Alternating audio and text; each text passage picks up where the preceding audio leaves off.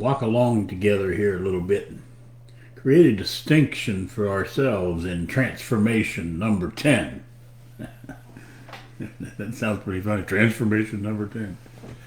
So, the distinction perhaps we could take a look at is the distinction between understanding and discovery.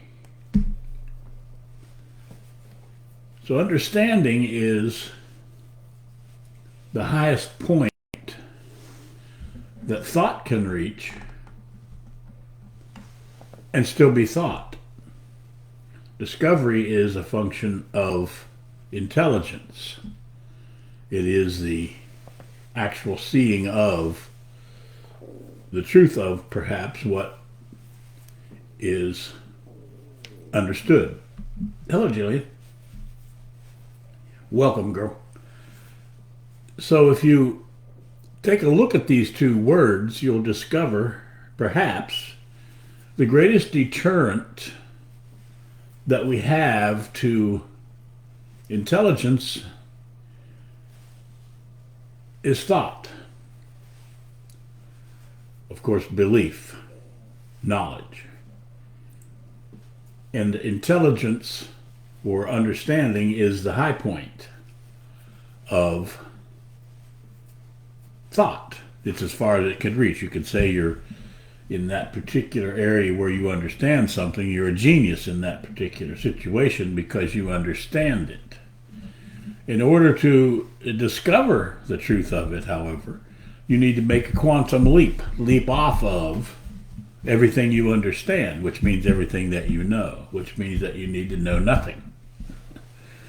So you can hear somebody say, I'll give you for instance, I was talking to a friend of mine, a person that's a extreme Donald Trump fan, and he said to me that I'm a racist because I don't support Donald Trump. I'm not in his cult. And he went on to say that you like Obama, the biggest trash ever. So just Obama is trash, and I'm a racist because I don't like, what's that guy's name, Trump. So if you hear that conversation, then you might make a judgment. You might come up with a consideration that anybody who says Obama is trash might be racist. 100% or 99% anyway. There's a little possibility of something other than that. So the consideration here is a person might even understand. They might say, okay, I understand that I'm a racist, or I'm a liar, or I'm a controller person. So they can understand that that is perhaps the way they are. But if they catch themselves lying, catch themselves in the middle of a lie, they'll know they're a liar. They will discover the truth that they are a liar. Then the understanding is no longer needed. It can disappear because you see the truth of it. The same thing with this fellow I was just telling you about. If he could realize that saying I'm a racist because I don't support Trump, and in the same sentence him saying that Obama is trash, if he had been able to see, and the moment he said, wait a minute, the black guy is trash, oh my God, I'm a racist, then he himself would have discovered for himself that he's a racist. However, he just laughed and, figure how smart he is for getting over on me by saying that Obama's a trash. So you see, the actual happening of discovering who and what you are is a function of intelligence. In other words, you can say, and in my 42 years of doing this, I've said to people, look, you're stupid. And yeah, I'm stupid. But that's just some words. It takes a tiny space of intelligence to see that you're stupid. But however, a large part of America is so stupid they don't see that they're stupid.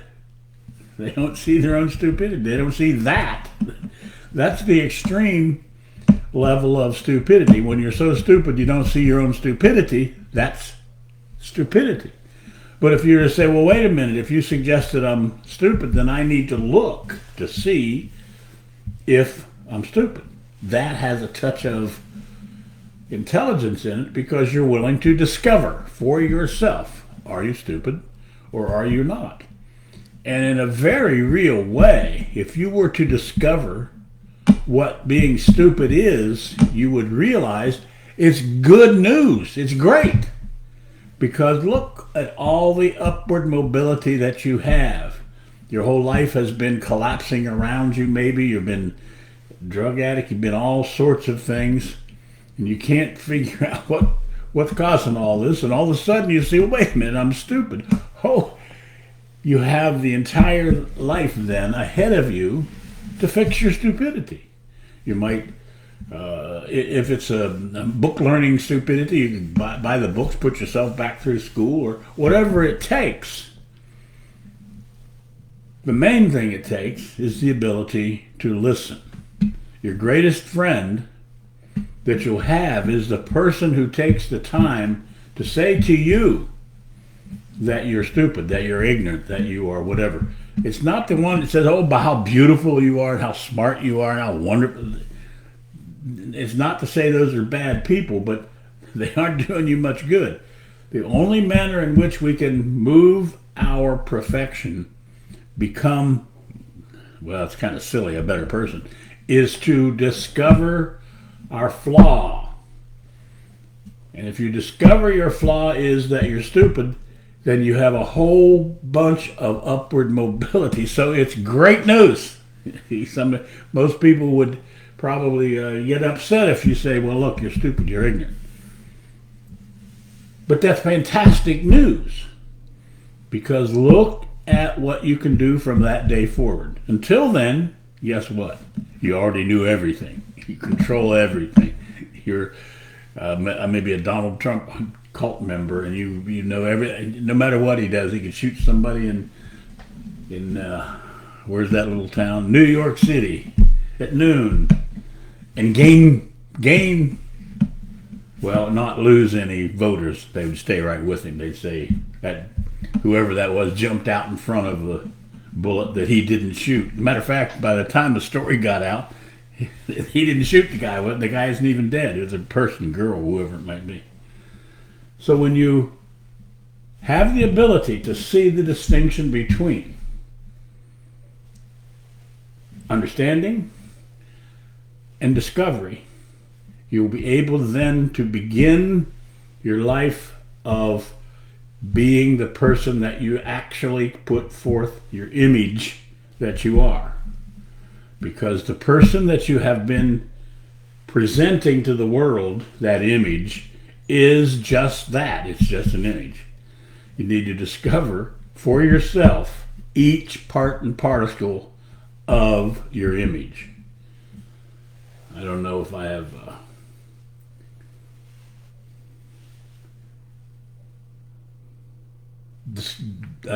have described the distinction between discovery and understanding, but I can tell you that if you understand something and you stay on that understanding, it is your block to intelligence. It's blocking intelligence from being able to manifest itself, because you already understand. You've already listened to Krishnamurti and you know everything. You've already listened to Muji, or what's that other guy's name? Talk whatever. Ebert Tepperkau, I don't know.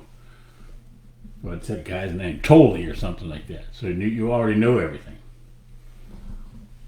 So if you care to discover who and what it is that you are, then discover that you don't know anything.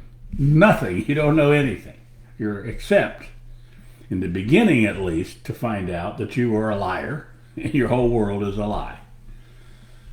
Discovery is freeing yourself. Understanding is the tying of yourself to thought, because you think of, kind of like if you want to learn how to ride a bicycle, so you read a book on how to ride a bicycle, do this, do that, and you get it all done with the book. You say, I understand how to ride a bicycle. But when are you going to discover, you get on that bike and you say, oh, this is altogether different from what I've studied, because the thought about something is always different from the action of the something. All right, thank you, Jill. And if I said it perfectly, then it's time to stop. It's a short one. Somebody asked me to do one between inspiration and creativity. Inspiration and creativity are essentially in the same domain of activity. They're in creation, intelligence, and truth. But maybe I can do a whole segment on it, but I don't know, we'll see. So to each of you, I invite you to begin the journey of discovering yourself. And I have some good and bad news for you, depending on how you look at it. The discovery of yourself begins when you discover your own stupidity. Not their stupidity, not all the other stupidity. It's your own stupidity that you need to discover. That's when intelligence, as a matter of fact, intelligence is born when you discover how stupid you are, how ignorant you are. All right. Sounds like I'm calling names. Just one other distinction here. There's a distinction between calling somebody a name and saying how it is that they are. For instance, going back to my buddy who said, if I'm not for Trump, I'm a racist, and if I like Obama, then he's a piece of trash, so I'm a racist. When you look at that, you can see that if he could see his own ignorance, his own stupidity, he would realize that he's 100% racist while denying the fact that he's a racist. So if you say to a racist that you are a racist, that's not calling them a name. That is telling them what it is that they are.